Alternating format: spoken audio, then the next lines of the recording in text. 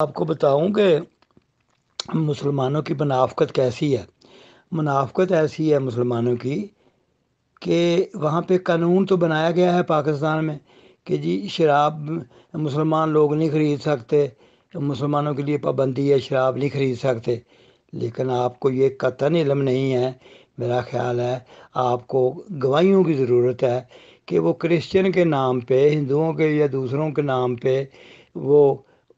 شرابیں خریدتے ہیں مسلمان لوگ، اور جو بڑی اشرافیہ ہے خیر ان کو تو ضرورت ہی نہیں ہے ان باتوں کی، وہ تو ویسے ہی ڈائریکٹ خرید لیتے ہیں۔ یہ میں چھوٹے لوگوں کی بات کرتا ہوں، میرے جیسے جو ہے، آپ جیسے ہیں، خیر آپ بھی بڑے ہی ہیں، میں غلطی سے کہہ گیا، تو میرے جیسے لوگوں کے لیے اگر میں نے خریدنی ہو میرے لیے مشکل ہے، مجھے کسی کرسچن کا سہارا لینا پڑے گا۔ اچھا ہے، تو وہ لوگ کرسچن کے تھرو خریدتے ہیں، اور اسی طرح کو دوسرے جتنے بھی ہیں جو غیر مسلم ان کے تھرو، کیونکہ ان کو اجازت ہوتی ہے خریدنے کی، اب ان کے تھرو خریدتے ہیں، اور دھڑا دھڑ ربوہ میں نبوت خاندان کے، میں آپ کو اس کے ثبوت دیتا ہوں، کیونکہ آپ تو وہاں کے گئے نہیں، کبھی رہے نہیں، میں تو بتا رہا ہوں آپ کو کہ میں 1953 سے وہاں رہ رہا ہوں، ابھی تک رہ رہا ہوں، ابھی تک گن لیں کتنے سال ہو گئے ہیں، 53 سے لے کے، تو اس وقت میرا اسکول کا ٹائم تھا۔ وہاں پہ میاں خاندان جو ہے، یہ تو مسرور صاحب تو پیدا ہی ابھی ہو رہے ہیں کل، یہ ان کو نا کسی وہ غلط اندازہ لگائیں کہ پتہ نہیں یہ 100 سال کی عمر ہے ان کی، یہ ہمارے سے بہت چھوٹے ہیں، ہاں جی۔ تو یہ وہاں پہ میاں خاندان میں کتنے لوگ باقاعدہ، وہاں کرسچن آبادی ہے، وہاں پہ 2 جگہ آبادی ہے کافی بڑی بڑی کرسچن لوگوں کی، تو وہاں پہ یہ راتیں گزارتے ہیں، وہاں پہ بڑا ٹائم گزارتے ہیں، وہاں پہ یہ اپنا عیاشیاں کرتے ہیں، اور انہی عیاشیوں کا یہ کوئی 1970، میرا خیال ہے 8 یا 6 کے قریب کی بات ہے، میں ابھی ایگزیکٹ تو نہیں بتا سکتا، لیکن میں اندازہ لگا رہا ہوں کہ اس وقت کے قریب قریب بات ہے کہ ایک لڑکے کو، نوجوان لڑکے کو، محمد علی فروٹ فروش تھا، یہ میاں ناصر کا زمانہ تھا، آپ کے خلیفہ ناصر صاحب کا، ان کا زمانہ تھا وہ خلیفہ سے اس وقت، وہ محمد علی فروٹ فروش کی ذرا کہانی سنیں، اگر کسی نے نہیں سنائی تو پھر میرے ساتھ رابطہ کر لیں، میں آپ کو پوری کہانی سنا دیتا ہوں۔ اے، اس کو انہوں نے باقاعدہ قتل کروا دیا، اس وجہ سے قتل کروا دیا تھا کہ اس نے یہ گواہی دینے کی کوشش کی تھی کہ کون کون سے میاں خاندان وہاں پہ کرسچن آبادی میں جا کے راتیں گزارتے ہیں، اور وہاں ابھی آپ خود سوچیں وہ کیوں گزارتے ہیں، کیا مقصد ہے وہاں، میں نہیں بتاتا، آپ خود ہی سوچ لیں اپنی عقل سے۔ تو اس بنا پہ اس کو قتل کر کے وہاں پہ، تو پہاڑی کے پاس وہ جو ہے دارالنصر کی پہاڑی، اس کے پاس بوری میں اس کی لاش ٹکڑے ٹکڑے کر کے ڈال دی تھی، اور پھر اس قتل کیا، وہ غریب فیملی تھی، ایک فروٹ فروش تھا، ریڑھی کے اوپر فروٹ لگا کے بیچا کرتا تھا، یہ ریلوے کراسنگ جو ہے وہاں پہ اس کے ساتھ، تو بات اس کے کیس آگے نہیں چلنے دیا انہوں نے، اب بات آگے آگے لمبی بڑھتی جائے گی کیونکہ اس کا لنک ہوتا ہے بات کا۔ اب وہاں کا جو تھانہ ہے، وہاں پہ پولیس اسٹیشن، وہاں کا تھانہ جو ہے، تھانے کو جو یہ ماہانہ آپ کے چندوں میں سے، یہ بہت پرانی بات یہ بھی میں کر رہا ہوں، جب میں وہاں تھا آج سے 40 سال پہلے، تو یہ ان کو باقاعدہ جو لاکھ لاکھ روپیہ، 2 2 لاکھ روپیہ ماہانہ ان کو دیا کرتے تھے تھانے، کہ ہماری مرضی کے مطابق آپ چلیں، جیسا ہم کہیں ویسا چلیں۔ میں اپنا بھائی جان آپ کو وہ واقعات، شہادتیں، بندے ابھی کوئی زندہ ہیں وہ بھی بتا، آپ کو کرا دیتا ہوں سامنے، جو آپ کو میری یہ باتوں کی تصدیق کر دیں گے کہ وہاں یہ تھانے میں رشوت کتنی دی جاتی ہے، وہ وہاں پہ پولیس اسٹیشن میں، ہاں جی، وہ باقاعدہ دی جاتی، پھر اس کے علاوہ ان کی دیگر ضروریات بھی پوری کی جاتی ہیں، جو قسم کا بھی وہ مطالبے کریں، وہ پولیس والے جو بھی مطالبہ کریں، ہاں جی۔ ابھی کہ چونکہ احمدی بھی غیر مسلم ہے، اب خود سوچیں، احمدی بھی غیر مسلم ہے نا پاکستان کے قانون کے مطابق، تو اس لیے یہ بھی شراب خرید سکتے ہیں، ان کو کوئی وہ ممانعت نہیں، تو بہرحال اس طرح وہ سارے کام ان کو بھی الاؤ ہے۔ اچھا، پھر آگے بات چلتی ہے، احمدیوں نے غیر مسلم اپنے آپ کو ہوتے ہوئے ایک طرف تو چیختے چلاتے ہیں جی گورنمنٹ نے ہم پہ ظلم کیا، ہمیں غیر مسلم قرار دے دیا، اور دوسری طرف کیا کرتے ہیں، ان کی بدماشیاں دیکھیں، آپ کا دھیان کسی کا گیا ہی نہیں اس طرف کہ بینکوں میں وہاں پہ جو اکاؤنٹ کھلواتے ہیں تو وہاں پہ ان کو وہ جب لکھ کے دیتے ہیں کہ میں احمدی ہوں، میں پیدائشی طور پہ احمدی ہوں اور اسٹل میرا وہی عقیدہ ہے، تو ان کے لیے وہ زکوٰۃ کی کٹوتی نہیں ہوتی بینکوں میں، باقی مسلمانوں کی کٹوتی ہوتی ہے۔ آپ کو پتہ ہے اس بات کا؟ قانون ہے وہاں پہ، اگر میں غلطی پہ ہوں تو اس کو کلیئر کر لیں، میں اپنی غلطی کی معافی مانگ لوں گا، آپ کلیئر کر لیں کہ وہاں پہ جتنے احمدیوں نے پاکستان میں اکاؤنٹ کھلوائے ہیں بینکوں میں، وہ ایک کاغذ پہ لکھ کے دیتے ہیں کہ جی میں احمدی ہوں اس لیے بھی میری زکوٰۃ نہ کاٹی ہے۔ اس وقت یہ خوشی سے وہ فائدہ لے لیتے ہیں، جو بینیفٹ لینا ہو اس وقت یہ مان لیتے ہیں کہ میں غیر مسلم ہوں، تو ویسے یہ چیختے چلاتے ہیں گورنمنٹ کے۔ اب یہ گروپوں پہ بھی دیکھ لیں کئی لوگ یہاں چیختے ہیں،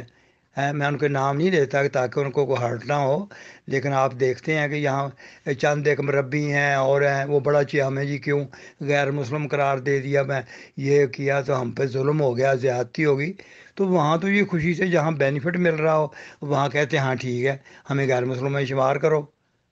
وہاں تو وہ نہیں اعتراض کرتے۔ میرے بھائی اس کے لیے اے، ہم نے پوری زندگی سٹرگل کر کے دنیا کا علم بھی بہت حاصل کیا ہے اور دین کا بھی بہت کیا ہے۔ دین کے علم کی بنیاد پہ ہی مجھے احمدیت کو چھوڑنا پڑا۔ دین کا میرے احمدیت کے ساتھ کوئی رنجش نہیں، کوئی ذاتی دشمنی نہیں، کوئی میرے کوئی بزنس کے ساتھ کوئی ایسا کوئی ان کے ساتھ نہیں تھا جن کے پہ اختلاف ہوا ہو، اور کوئی بھی ایسی وجہ نہیں، کسی بندے کے ساتھ میری لڑائی جھگڑا نہیں کوئی۔ میرا تو صرف مذہبی بنیاد پہ کہ کتابوں کی بنیاد پہ کہ ان کی غلط بیانیوں پہ ان کے ساتھ اختلاف ہوا ہے، اور تو میرا ان کا کچھ نہیں۔ رہی بات وہ آپ نے وہ بھی یاد آ گئی، جزا سزا والی، کیونکہ باتیں بہت لمبی ہیں، کوئی کبھی بھول جاتی ہیں بیچ میں۔ آپ یہ تو وہ آپ نے فرمایا اس کے شہنڈی شاہ کا ذکر کیا تھا، تو آپ ذرا تھوڑا پیچھے تاریخ میں چل جائیں کہ پیچھے کیا کیا کچھ ہوتا رہا ہے۔ قادیان سے بات شروع کر لیں جو کہ آپ کے علم میں نہیں ہوگا۔ وہ فخر الدین ملتانی کے قتل کا کیا ہوا تھا، کس کا قصور تھا؟ جو پولیس رپورٹ میں سب کو جو ثابت ہوا تھا کہ مرزا بشیر الدین محمود نے قتل کروایا ہے ایک اشتعال انگیز خطبہ دے کر، یہ تو ڈی ایس پی کی رپورٹ ہے اس کی، ہاں جی پولیس روا پڑھ لیں، آج بھی موجود ہے۔ اس کے بعد آگے مختصراً چلتے ہیں تو یہ ربوہ میں آ کے 1956 میں جو اس کے مولوی نور الدین صاحب کے خاندان کو اٹھا کے ربوہ سے باہر زبردستی پھینک دیا گیا تھا۔ اس وقت کسی کو شرم حیا نہ آئی کہ خلیفہ مرزا بشیر الدین محمود کے ساتھ ان کے کیا تعلقات تھے۔ مسیح موعود کی ہر کتاب کسی کو کھول لو، اس میں مولوی نور الدین کی تعریف کی گئی ہے ہر کتاب میں۔ دوسری بات آتی ہے کہ مرزا بشیر الدین محمود نے خود تسلیم کیا ہے کہ میرے وہ استاد تھے، مولوی نور الدین صاحب استاد تھے۔ پھر اس کے بعد ان کی لڑکی سے زبردستی شادی کی امت علیہ کے ساتھ،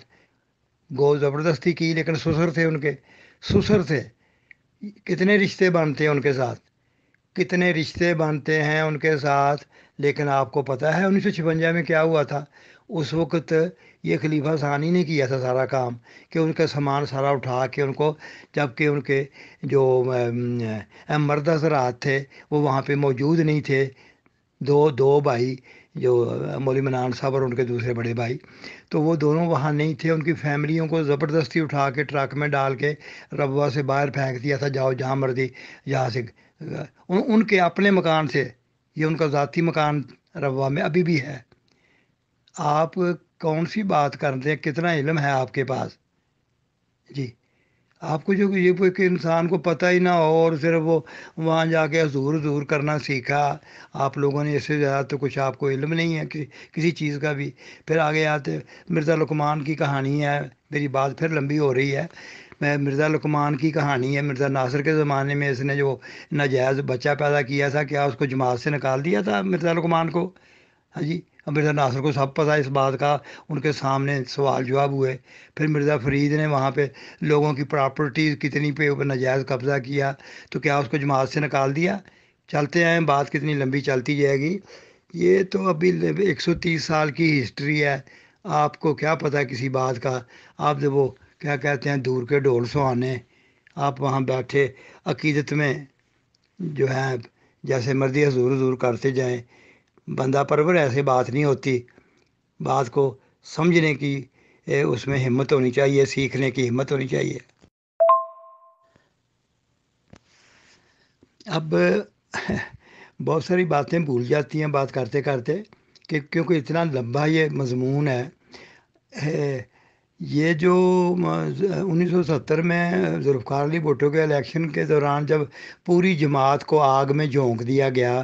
مرزا ناصر اور مرزا طاہر دونوں کے یہ سیاسی عزائم تھے جن کی بنیاد پہ، حالانکہ کسی کو پتہ نہیں اس بات کا، اور انہوں نے خطبے دے دے کے مولویوں نے، اب ہمارے پاس ہاتھ میں تو وہ نہیں ہے نا، کوئی کسی مسجد کی امامت نہیں ہے کہ میں وہاں کھڑے ہو کے بار بار خطبے دے کے بتاؤں لوگوں کو کہ او احمدیو خدا کے واسطے جاگ جاؤ۔ اس میں کچھ بھی بات نہیں تھی سوائے ان کی کہ ان کو ایک ذاتی، ان کو وہ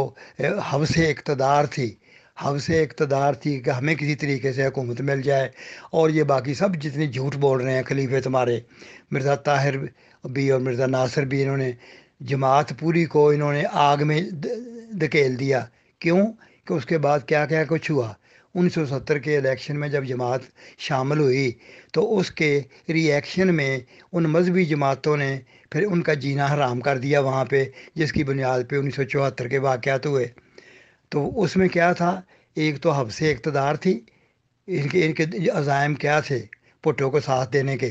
اب آج کرتے ہیں جی ہمارے وہ دعاؤں کے نتیجے میں پھانسی چڑھ گیا۔ وہ کم بختوں کوئی عقل کرو، یہ زمینیں جو تھی یحییٰ خان کے دور میں جس کے اوپر انہوں نے سندھ کی زمینیں اور نورپور تھل کی زمینیں جو لاکھوں ایکڑ زمینیں ہیں وہ گورنمنٹ نے قبضہ کر لیا تھا۔ گورنمنٹ نے کہا تھا کہ اس کے چھوٹے یونٹ بنائیں اور ایک ایک چھوٹی مقدار میں آپ رکھ سکتے ہیں، زیادہ نہیں۔ تو گورنمنٹ نے قبضہ کر لیا تھا، انہوں نے وہ زمینیں واگزار کرانی تھی۔ اگر اس کے ثبوت چاہیے، ثبوت میں دے دیتا ہوں، میرے پاس کتاب موجود ہے۔ ملک محمد سلیم مربی جو تھا کراچی، اس نے پورے واقعات لکھے ہیں اس میں۔ وہ تو ان کا مربی احمدی ہے جماعت کا۔